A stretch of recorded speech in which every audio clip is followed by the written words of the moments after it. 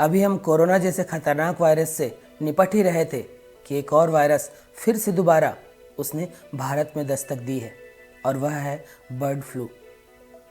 यह एक खतरनाक वायरस है। अगर आप कोरोना वायरस से भयभीत थे, जहां पर जो मरने का रेट था वह 3% था, तो बर्ड फ्लू से मरने वाले लोगों की संख्या 65% है। लेकिन ऐसा ये क्या वायरस है जो आया तो पक्षियों को मारने के लिए था, लेकिन आप इंसान मर रहे हैं। कल को ऐसा ना हो कि मॉर्टिन कॉइल या मच्छर मारने की जो जेल वगैरह आती है जिससे मच्छर मरते हैं, आप उससे मरने लगे। आप किस दिशा में जा रहे हैं कि ये छोटे छोटे वायरस आपको प्रभावित कर रहे हैं। कभी बर्ड फ्लू, कभी स्वाइन फ्लू, कभी कुछ तो कभी कुछ। आप इंसान हैं। आपकी इम्यूनिटी, आपकी प्राणवायु, आपकी प्राण शक्ति इतनी तीव्र है कि ये छोटी मोटी चीज़ें आपको बीमार नहीं कर सकती। लेकिन क्यों ऐसा है और यह बर्ड फ्लू है क्या, मैं इसकी टेक्निकल चीज़ें आपको बताने नहीं जा रहा। यह आप गूगल गुरु से जान सकते हैं कि यह बर्ड फ्लू या एवियन फ्लू होता क्या है। मैं इसके बारे में बिल्कुल भी आपको नहीं बताने जा रहा, लेकिन मैं बताने जा रहा हूँ कि आप इससे कैसे बच सकते हैं। और इससे बचने का जो तरीका है वह है आपकी इम्यूनिटी। आप जानते हैं कि किसी वायरस का कोई इलाज बाहर से नहीं लाया जा सकता। आज तक सामान्य सर्दी का तो इलाज नहीं ढूंढा जा चुका है, तो आप कोरोना और इन सब का इलाज कैसे ढूंढ पाएंगे। लेकिन वह इलाज आपके भीतर है।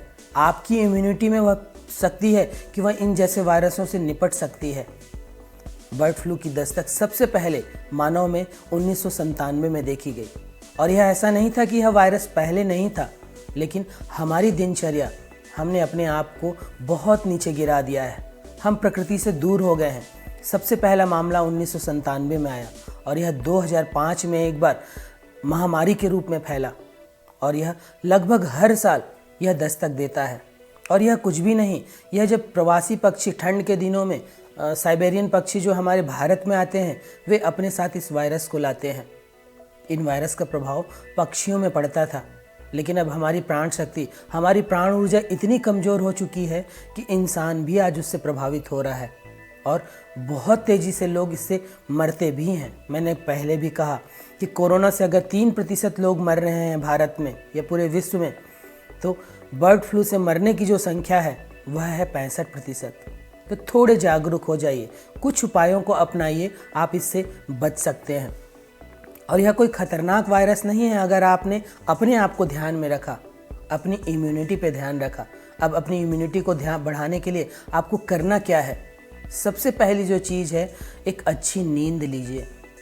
आपकी इम्यूनिटी का सीधा संबंध आपके लिम्फ नोड से है और लिम्फ नोड्स की रेस्टिंग की टाइम मैंने पहले की भी वीडियो में मैंने कई बार बताया कि उसकी रेस्टिंग का जो बायो क्लॉक है वह 9 बजे के लगभग है।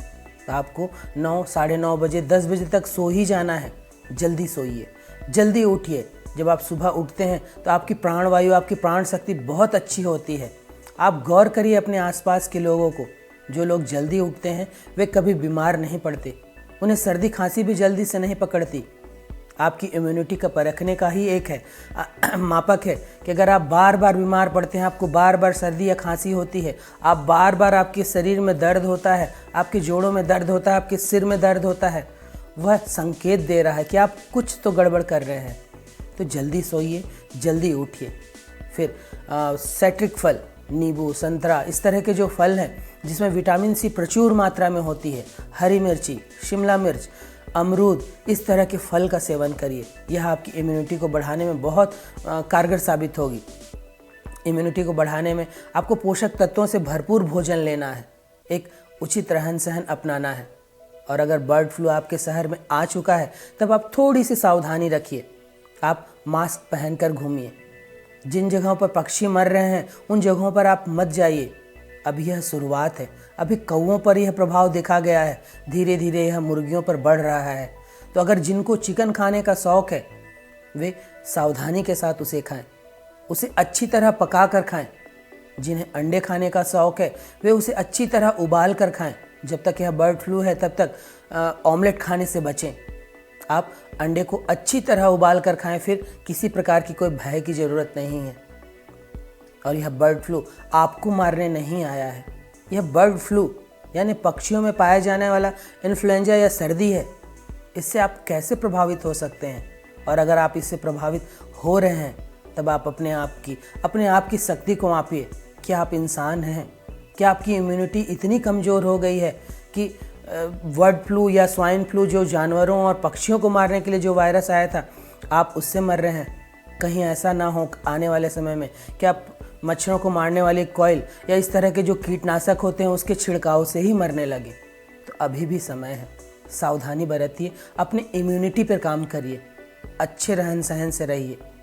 आपका जो दर्शाने का तरीका है कि आप रात भर जग रहे हैं, आप ऐशो आराम की चीज़ें कर रहे हैं और उससे अपना स्टेटस दिखा रहे हैं, इन आदतों से बचिए। स्टेटस रात भर जगने से नहीं आता, रंगरेलियाँ करने से नहीं आता। स्टेटस तब आता है जब आप प्रकृति के साथ होते हैं। बड़े बड़े लोग, जिसमें अमीर भी हैं, जिसमें समाज सेवी भी हैं, वे प्रकृति से जुड़े होते हैं और वे स्वास्थ्य को उपलब्ध होते हैं। तो आपको भी यही करना है और यही एकमात्र तरीका है, क्योंकि कोई वैक्सीन नहीं बन सकती, किसी प्रकार का कोई इलाज नहीं हो सकता। अगर जिसे बर्ड फ्लू हुआ है उसे सामान्य सर्दी में जो ट्रीटमेंट दी जाती है वही ट्रीटमेंट दी जाती है। तो ज़्यादा अच्छा है कि आप अपनी इम्यूनिटी पर काम करें, अपने आप को अच्छे स्वास्थ्य को उपलब्ध कराएं। फिर बर्ड फ्लू, स्वाइन फ्लू, इस तरह के किसी वायरस का आप पर कोई प्रभाव नहीं होगा।